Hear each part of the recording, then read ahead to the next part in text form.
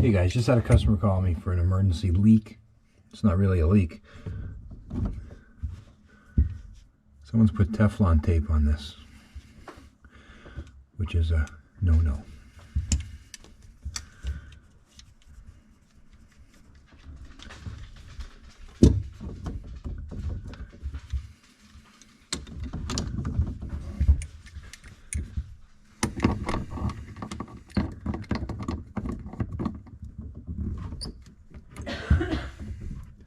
If you're going to hook up your own dishwasher, don't put Teflon tape on these fittings. Not needed.